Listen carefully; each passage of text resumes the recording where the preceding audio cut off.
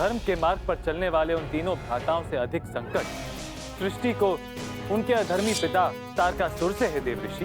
एक बार फिर तुम्हारे पुत्रों ने तुम्हारा युद्ध में साथ देने का प्रस्ताव अस्वीकृत कर दिया है और वहां युद्ध में शिव पुत्र कार्तिकेय तो उपस्थित होगा ही। यदि वो तीनों ये समझते हैं कि उनके बिना मैं अकेला हूँ, तो ये उनकी त्रुटि है। मैं अकेला ही अपने साम्राज्य को आगे बढ़ाऊंगा और अपने काल का अंत मैं ही करूंगा।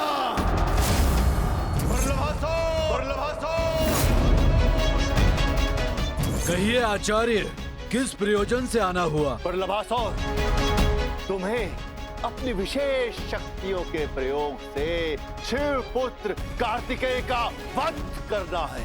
मेरी विशेष शक्तियों के समक्ष कोई नहीं टिक पाया आचार्य, तो वो शिव पुत्र कार्तिकेय कैसे बचेगा वो? कुमार कार्तिकेय, आपको बाहर जाने की आज्ञा नहीं है।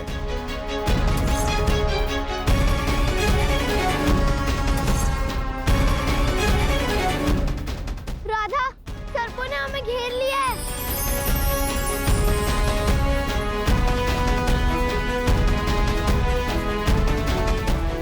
राधा, कुछ भी हो जाए, तुम में से कोई भी इस घेरे से बाहर मत निकलना।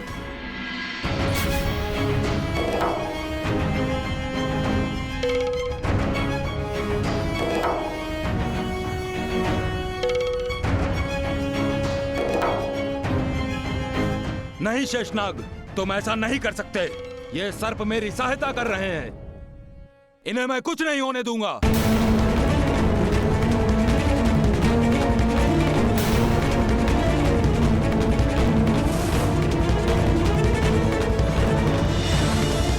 सचेत रहिए।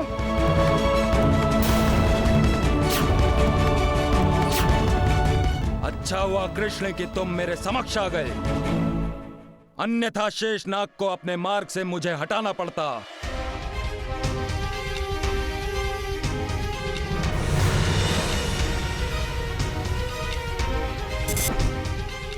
इस वन से तो तुम भाग निकले, किंतु ये आंख में चोली अब कुछ समय की है। तुम मुझसे छुप नहीं सकोगे, क्योंकि कल तुम्हारे घर के द्वार पर तुम्हारी मृत्यु तुम्हें लेने आएगी।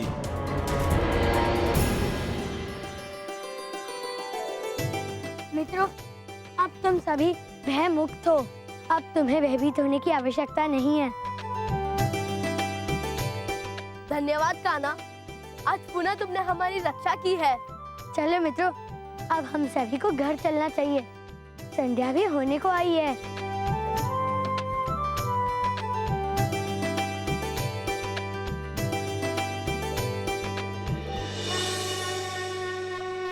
प्रभु, देवी पार्वती ने कुमार कार्तिकेय को अपने कक्ष से बाहर ना निकलने का आदेश दिया है। देवी ऐसा करके विधि के विधान को टालना चाहती हैं। प्रभु, माता के मन को समझाना कितना कठिन है, ये तो आप भली भांति जानते हैं। देवी पार्वती कोई साधारण स्त्री नहीं, वो तो भली भांति जानती कि जो होना है वो होकर रहेगा। फिर चाहे देवी पार्वती हो या नागमाता कद्रू, हर मां के लिए उसकी संतान की सुरक्षा सबसे ऊपर होती, और उसके लिए वो विधि के विधान को पलटने का पूरा प्रयास करती।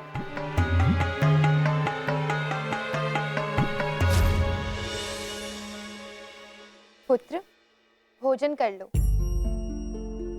तुम मेरे आज्ञाकारी पुत्र हो ना, इसलिए आज मैं तुम्हें अपने हाथों से भोजन कराऊंगी।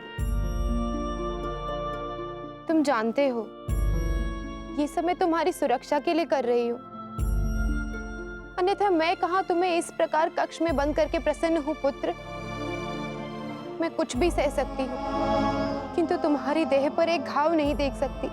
मैं तुम्हारी पीड़ा की कल्पना से ही कांप उठती हूँ। इसमें मेरा दोष नहीं है, मैं अपनी ममता से विवश हूँ। यदि तुम्हें कुछ हो गया तो मेरे क्रोध और क्रंदन से इस सृष्टि पर प्रलय आ जाएगी, और मैं इस सृष्टि और तुम्हें दोनों को कुछ नहीं होने देना चाहती। पुत्र,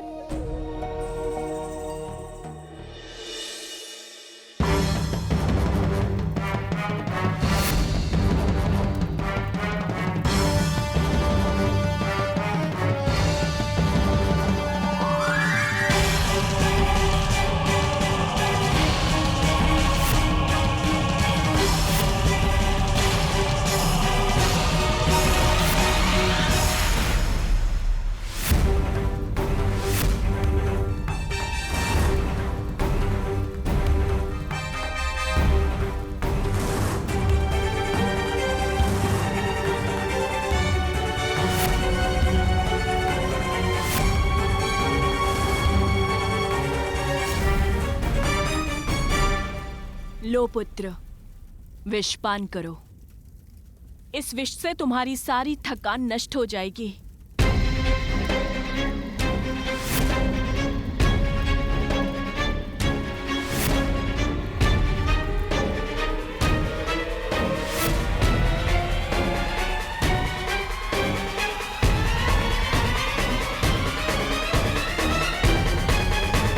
हाँ माता, अब मैं स्फूर्ति अनुभव कर रहा हूं।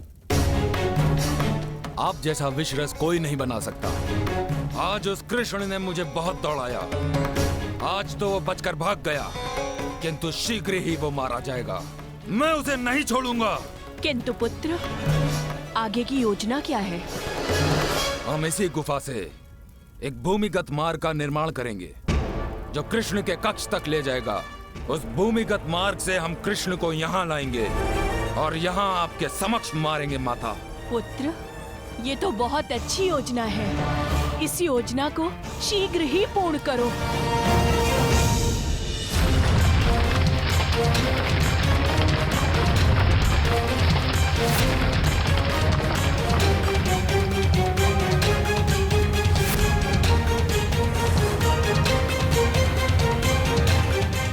इस बार पुत्र तक्ष अपने शत्रु का अंत निश्चित ही कर देगा।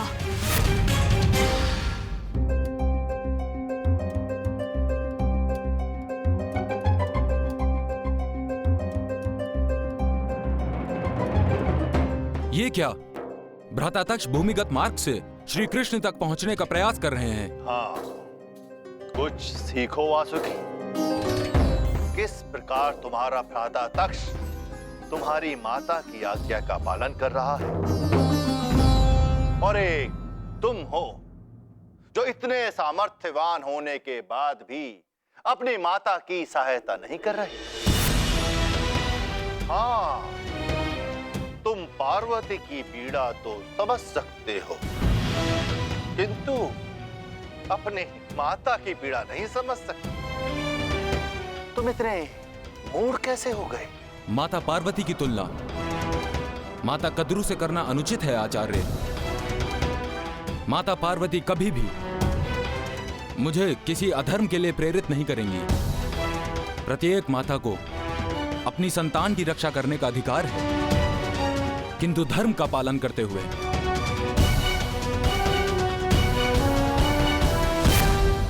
अपने पुत्र मोह में माता कद्रू अधर्म का मार्ग पकड़ चुकी हैं, जबकि माता पार्वती वो तो मात्र कुमार कार्तिकेय को किसी भी प्रकार से संकट से बचाना चाहती हैं। इन दोनों माताओं में भिन्नता है आचार्य। ममता में उचित अनुचित धर्म अधर्म की कोई सीमा नहीं होती। हाँ, ये मात्र तुम्हारा ही दोष है कि तुम्हें पार्वती उचित और अपनी माता अनुचित दिखाई पड़ रही। क्या तुम्हारी माता ने अपनी संतानों के लिए कम पीड़ा सहन की है? क्या कुछ नहीं किया कद्रू ने तुम्हारे लिए? क्यों क्यों कर रहे हो तुम ऐसा?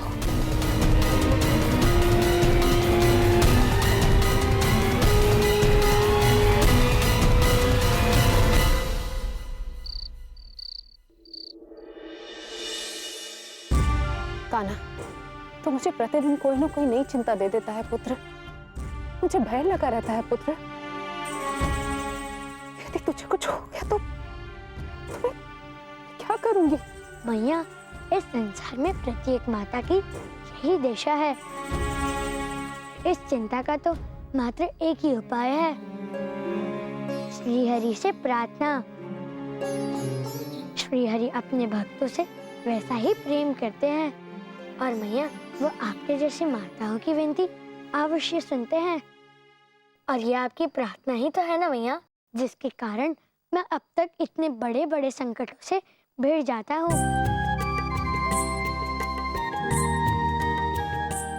पता था मुझे कि तू अपनी मीठी मीठी बातों से मुझे फंसा ही लेगा। चल, हम बातें बंद कर और सो जा।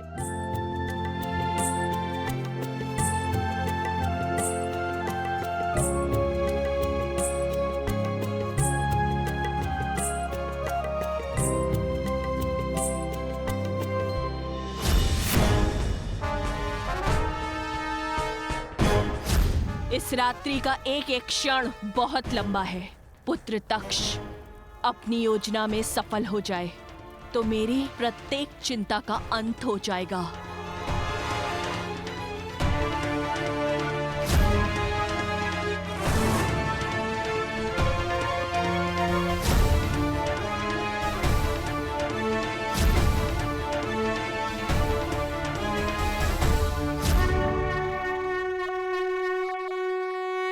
बताओ, मैं तुम्हारे लिए कुछ और लाऊं?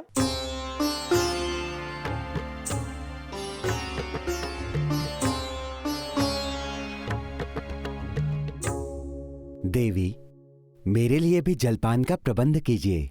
तब तक मैं अपने कार्तिकेय से एकांत में कुछ वार्ता करना चाहता हूँ। अवश्य महादेव। कार्तिकेय, तुम पूरा भोजन समाप्त करना।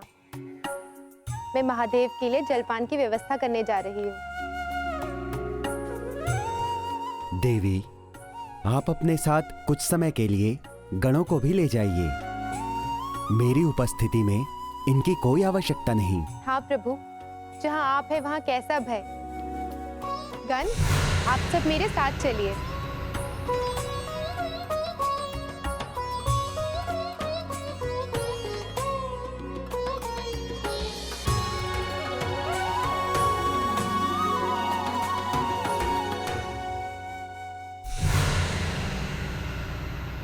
माता से रुष्ट हो, किंतु कुमार, आज तुम्हें तुम्हारे पिता के हाथों भोजन करना होगा।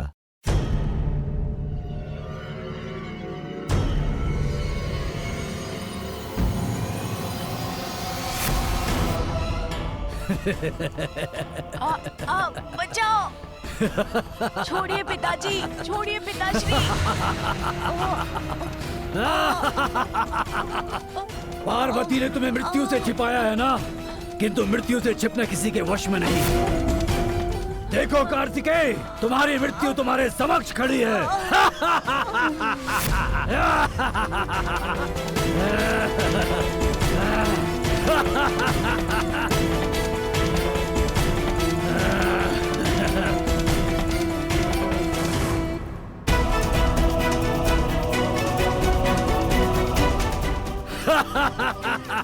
लगता है तू भी तारकासुर का ही दूत है। प्रलभासुर की प्रबलता का तुझे अनुमान भी नहीं है बालक।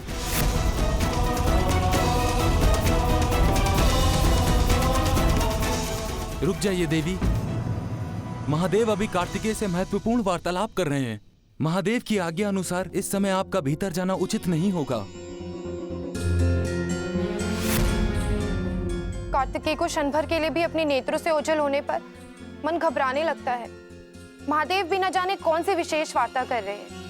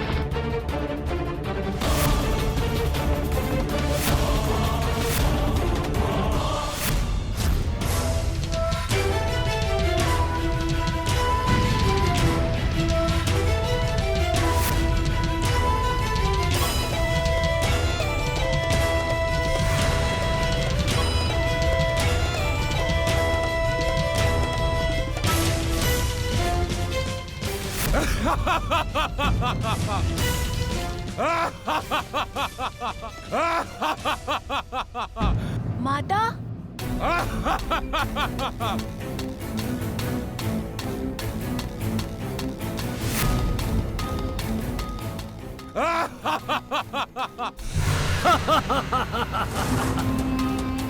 आओ, अगर तुम में शक्ति और शौर्य है तो वध करो मेरा।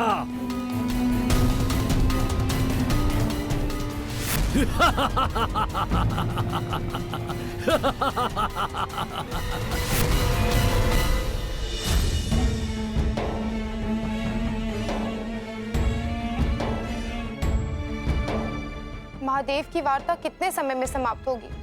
मुझसे प्रतीक्षा नहीं हो रही। दुष्ट, यदि तूने माताश्री और पिताश्री का रूप धारण ना किया होता तो अब तक तुम्हारा अंत हो चुका होता। मैं कहता हूँ अपने वास्तविक रूप में आओ प्रलभासुर।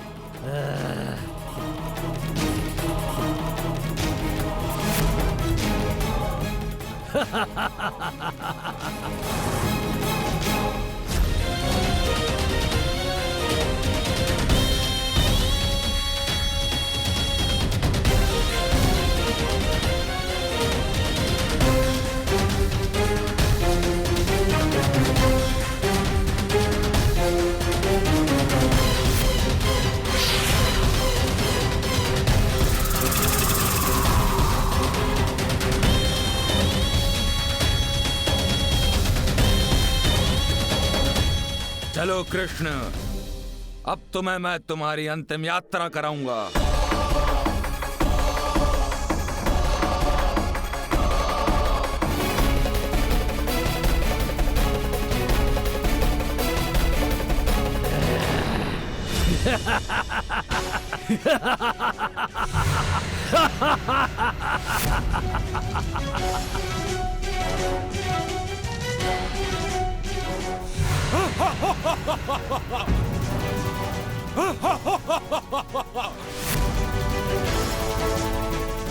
तुमने मेरा रूप धारण किया, अब तुम नहीं बचोगे। नहीं कार्तिकेय, उसे मत मारो। पिताश्री की आकाशवाणी। प्रलभासुर जो रूप धारण कर लेता है, यदि उस रूप में उसे मार दिया जाए तो जिसके रूप में वो मारा गया है उसकी मृत्यु हो जाती है। इसने तुम्हारा रूप इसीलिए धारण किया है।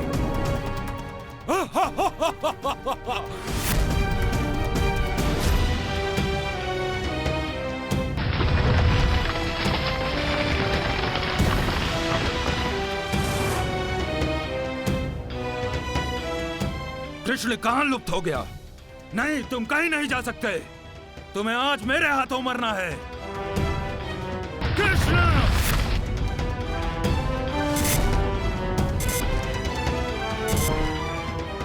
कृष्ण तो कहीं भी नहीं है। ये कैसे हो सकता है? ये अवश्य ही कृष्ण का कोई छल है। उस छलिया ने फिर से मुझसे छल किया। मैं उसे नहीं छोड़ूंगा। कृष्ण! कृष्ण!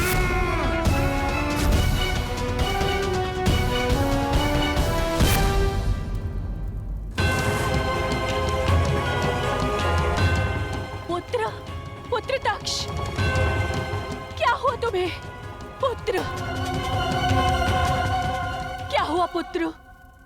तुम्हारी मुख मुद्रा से प्रतीत होता है कि तुम कुपित हो। माता, कृष्ण मेरे समक्ष नहीं आ रहा। इस बार भी वो मुझसे बच गया। पुत्र, लगता है वो हमसे छल कर रहा है। कृष्ण बड़ा कुटिल है। अब वो हमारे समक्ष तभी आएगा जब हम उसकी किसी दुर्बलता का प्रयोग कर उसे अपने समक्ष लेकर आएंगे।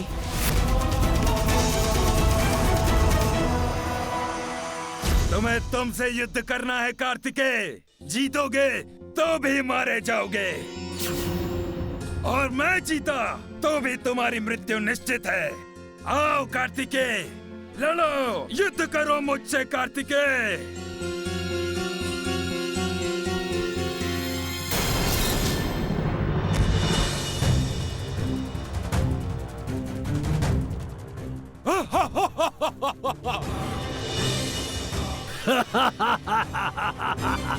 तारकासुर के काल का मैंने वध कर दिया। अब तारकासुर और शुक्राचार्य को पता चलेगा तो अत्यंत प्रसन्न होंगे।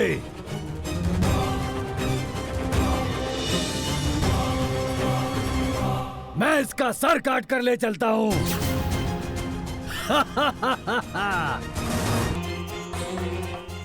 प्रभु, आप यहाँ? तो अंदर कार्तिकेय के कक्ष में कौन है? आप क्या कहना चाहती हैं देवी? तो क्या कुछ समय पूर्व आप कार्तिकेय के कक्ष में नहीं थे?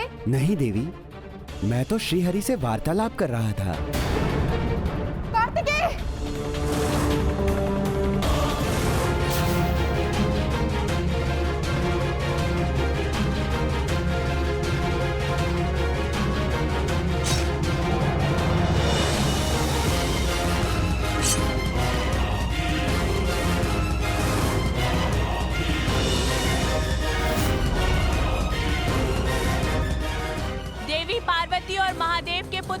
कार्तिकेय को मारना इतना सरल नहीं है प्रलभासुर।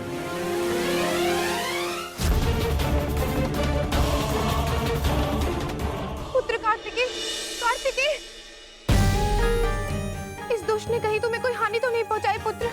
यह असुर पिताश्री के रूप में मुझे मारने आया था, किंतु मैंने इसका अंत कर दिया। अब तो विश्वास कर लीजिए देवी, हमारा कार्तिकेय ऐसे भयावह दानवों का अंत कर सकता है। इसीलिए इसे तारकासुर के अंत के लिए चुना गया है। आप असुरों के दुस्साहस से अभी भी चिंतित नहीं है महादेव। उन्होंने हमारे पुत्र को हमारे ग्रह पर आकर प्रहार किया। आपको कुमार की सुरक्षा की कोई चिंता नहीं। हमें इसे कहीं बेचना तो दूर, हमें इसकी सुरक्षा और बढ़ानी पड़ेगी।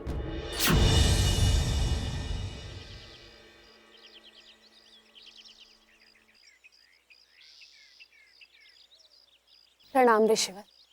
अखंड सौभाग्यवती भव देवी। ऋषिवर, मुझे कान्हा की चिंता सताते रहती है। आए दिन वो किसी न किसी असुर से युद्ध करते रहता है।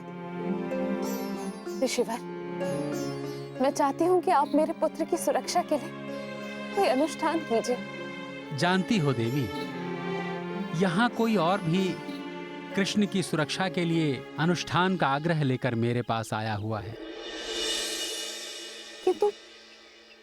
किंतु कौन है वो ऋषिवर? आइए देवी मेरे साथ।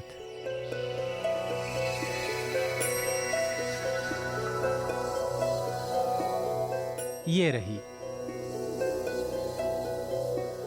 राधा, तुझे भी मेरी तरह कान्हा की चिंता हो रही है। हम दोनों मिलकर कान्हा के लिए ये अनुष्ठान करवाएंगे। मुझे पूरा भरोसा है श्री हरि हम पर कृपा अवश्य करेंगे।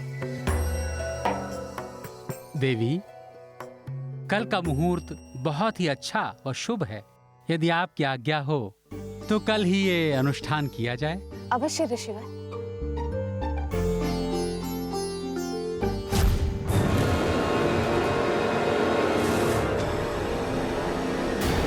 कृष्ण के लिए इतना प्रेम, ये प्रेम तुम दोनों को बहुत भारी पड़ेगा। अखंड सौभाग्यवती भव, आयुष्मान भव बेटा। चलते हैं ऋषिवर। चलो राधा।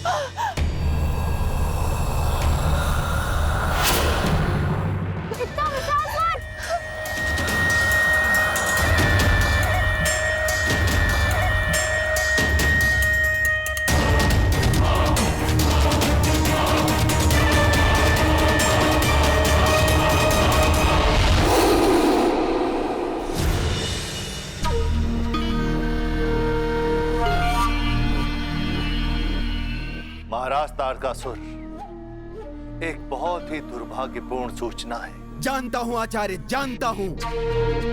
दिव्य दृष्टि से मैं प्रबलासुर का अंत देख चुका हूं। कार्तिकेय मेरे अनुमान से कहीं अधिक शक्तिशाली है, किंतु मैं उसे जीवित नहीं रहने दूंगा। मुझे ये कार्य स्वयं करना होगा आचार्य।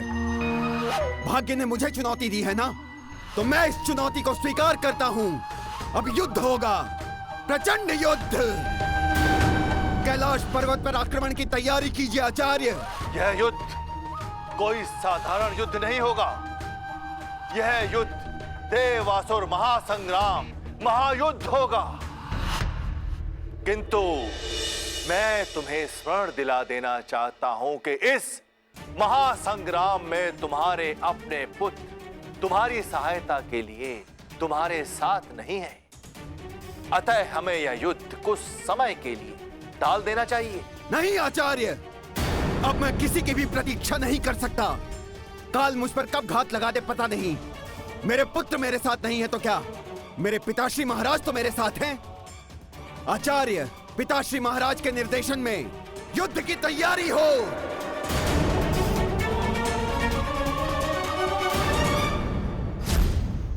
कृष्ण, एक विशालकाय सर्प ने यशोदा और राधा का अपहरण कर लिया है। क्या? हाँ।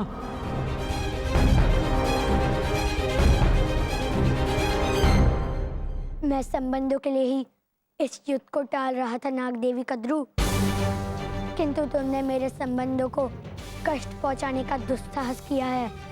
अब ये युद्ध संबंधों के लिए ही होगा।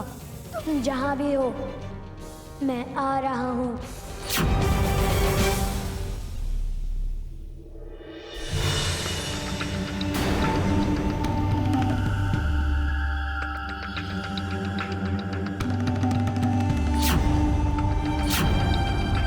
ये है उस कृष्ण की माता और उसकी प्रिय सखी राधा।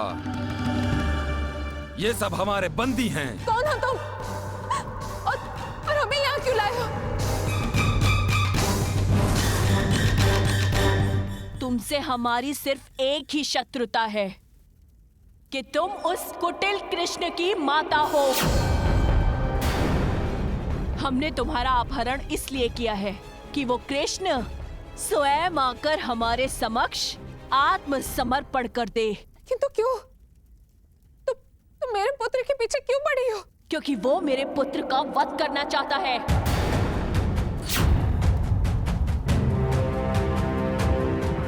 और मैं ऐसा होने नहीं दूंगी। इससे पहले मैं उस कृष्ण का ही अंत कर दूंगी। नहीं, एक माता होकर मेरे बालक को मारने का विचार अपने मन में ला भी कैसे सकती हो? इसके सिवा अन्य कोई मार्ग भी नहीं है मेरे पास। नहीं, ऐसा मत करना। मैं आप लोगों के सामने हाथ जोड़ती हूँ। मैं इस विषय में अपने पुत्र से बात करूंगी। देखिए, मेरा पुत्र अकारण किसी को कष्ट नहीं देता, फिर वो आपके पुत्र को क्यों मारेगा? अवश्य आपको कोई भ्रम हुआ है। ये मेरा भ्रम नहीं, देवों की आकाशवाणी है कि मेरे पुत्र की मृत्यु तुम्हारे पुत्र कृष्ण के हाथों होगी, और ये विधि का विधान मुझे स्वीकार नहीं।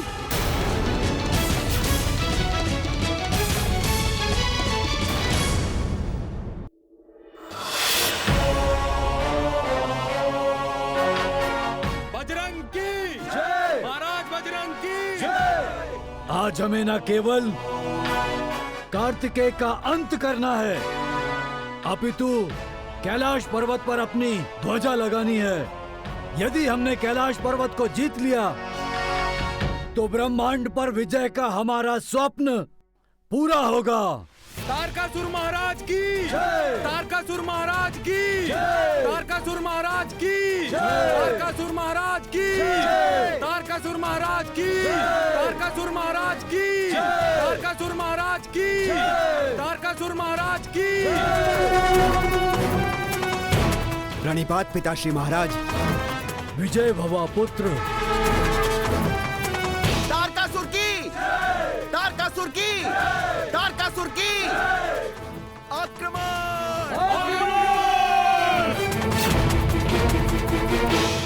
कान्हा,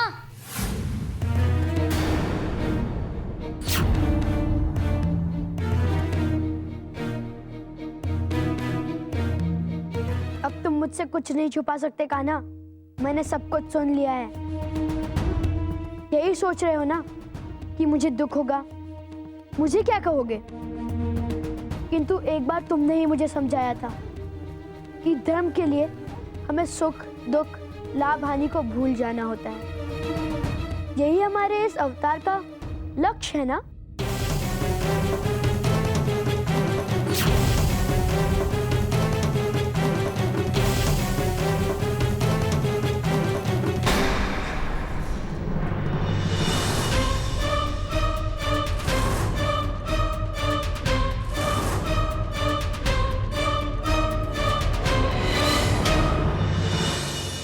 कार्तिकेय, आज से तुम्हें मेरे कक्ष में मेरे साथ ही सोना होगा और रहना होगा। नहीं माता, मैं अपने कक्ष में सो जाऊंगा, मुझे कुछ नहीं होगा।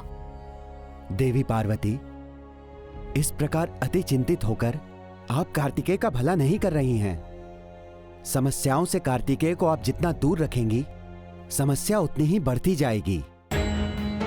इस प्रकार कब तक आप कार्तिकेय का बचाव कर सकती हैं देवी? हमें हमारे पुत्र को निडर बनाना है। नारायण नारायण। तारकासुर कैलाश पर्वत पर आक्रमण करने हेतु प्रस्थान कर चुका है। अब यह युद्ध होना निश्चित है। हे देवी पार्वती, अब देवताओं का जीवन आपके हाथों में है।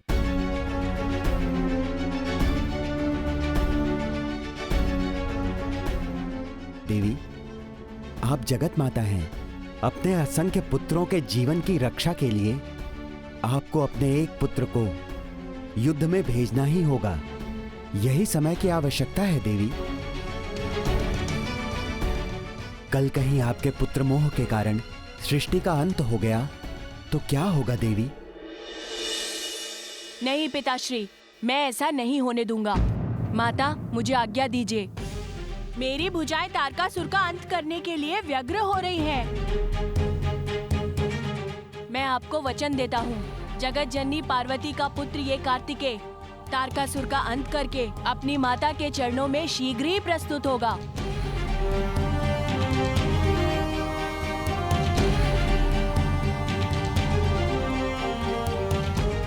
मुझे आज्ञा दीजिए माते, मुझे मेरा लक्ष्य पुकार रहा है। मैं आपके आशीर्वाद का प्रार्थी हूँ माते।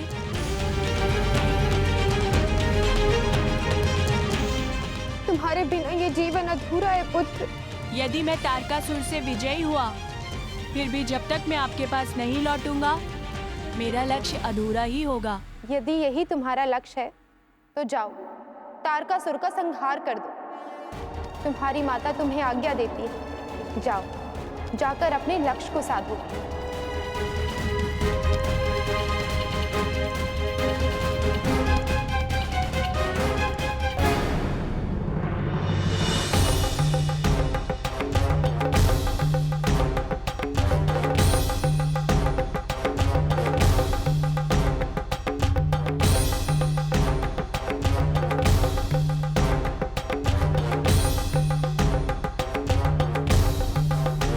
कुमार कार्तिकेय को मैं देव सेना का सेनापति घोषित करते हुए देवासुर संग्राम हेतु प्रशस्त करता हूं।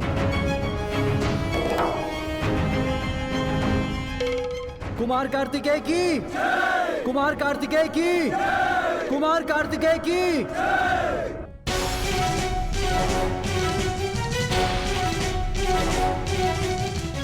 कैलाश पर्वत के साथ साथ अब देवों का अभिमान भी मेरी असुर सेना खंड खंड कर देगी।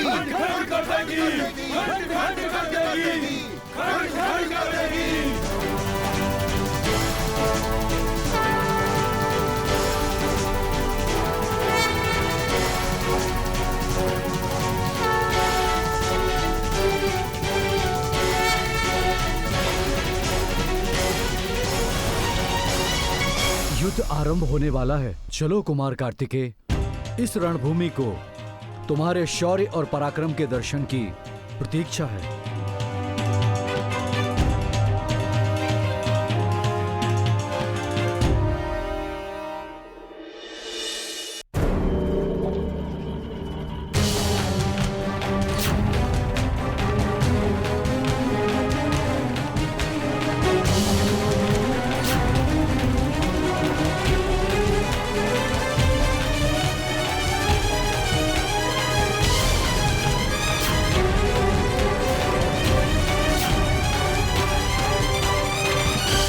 तो तुम देवों के सेनापति हो। कैलाश पर्वत और देवलोक में योद्धाओं की इतनी कमी थी जो तुम जैसे नन्हे बालक को सेनापति बनाकर भेज दिया। अहंकारी तारकासुर, युद्ध के विषय में तुम इतना तो जानते ही होगे। योग्यता आयु से नहीं, पराक्रम से मापी जाती है। युद्ध में किसी को दुर्बल नहीं समझना चाहिए तारकासुर। मैं नहीं जानता था कि देव तुम्हारी ओट में खड़े होकर ये युद्ध लड़ेंगे और तुम्हें मेरे समक्ष इतनी सरलता से प्रस्तुत कर देंगे। देवता तुम्हारी बलि देने को तैयार हैं और मैं तुम्हारी बलि लेने को। तुम मृत्यु के समक्ष खड़े हो बालक।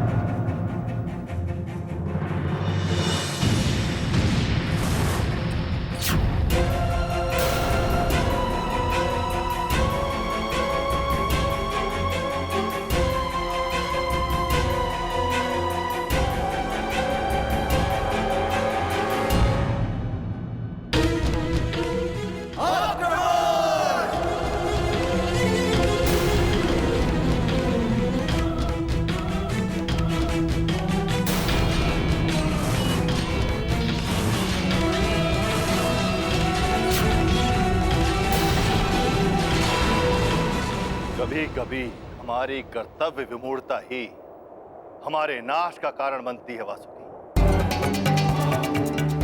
तुम अपने जीवन की सुरक्षा सुनिश्चित करके अपनी माँ के जीवन को दांव पर लगा रहे हो वासुकी। नहीं, मैंने कुछ नहीं किया। तुम्हारा कुछ ना करना ही मेरी चिंता का विषय है वासुकी। हो सकता है कृष्णा ने तुम्हें आश्वासन दिया हो कि वो तुम्हारी माता और भ्राता को कोई कष्ट नहीं पहुंचाएगा, किंतु अब परिस्थितियां बदल चुकी हैं। कृष्णा अपनी माता की सहायता अवश्य करेगा और तब तुम्हारी माता और भ्राता को कोई नहीं बचा पाएगा। किंतु पहला अधर्म तो माता कद्रू ने ही किया है। क्यों उन्होंने कृष्ण की माता का हरण किया? तुम्हारे भ्राता के जीवन की सुरक्षा सुनिश्चित करने के लिए, इसीलिए कृष्ण का वो अंत करना चाहती है। कद्रू ने कुछ भी अनुचित नहीं किया, अपने मातृ धर्म का निर्वहन कर रही है वो।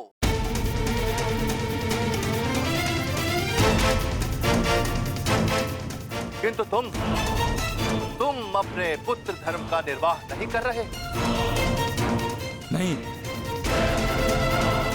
नहीं आचार्य, मैं अधर्म का साथ नहीं दे सकता। जगत की दृष्टि में भले ही तुम शिव भक्त कहलाओ, परंतु स्वयं की दृष्टि में तुम अपने भ्राता और माता की मृत्यु के उत्तरदायी रहोगे और संपूर्ण जीवन तुम्हें इस ग्लानि का बोझ लेके घूमना होगा।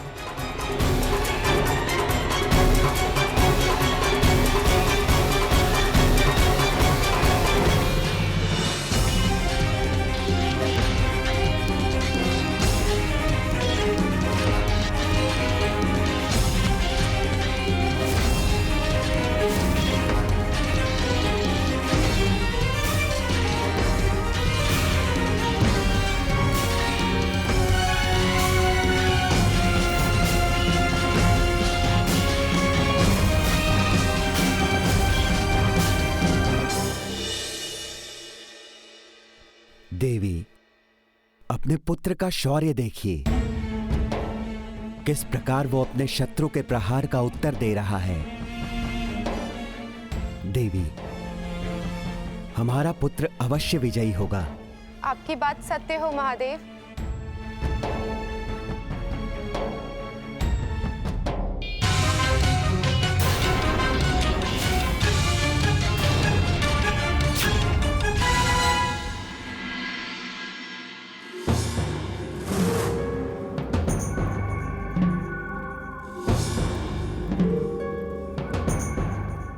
मैं आ गया हूँ नाग माता कद्रू। कहाँ हैं आप? रुकिए श्री कृष्ण।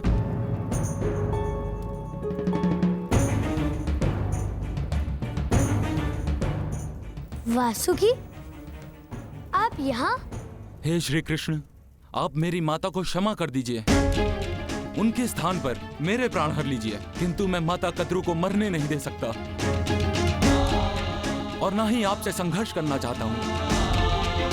इसलिए आप मुझे मारकर मेरी इस दुविधा का अंत कर दीजिए, जिससे मैं इस किसी भी क्षण का साक्षी ना बन सकूं जहां विवश होकर मैं आपके और माता कद्रू के युद्ध को देखूं। ये आप कैसी बातें कर रहे हैं नागदेव वासुकी? मैं समझ सकता हूँ कि इस समय आप पर क्या बीत रही है, किंतु महादेव की भांति आपका जीवन भी मेरे लिए बहुत अनमोल है।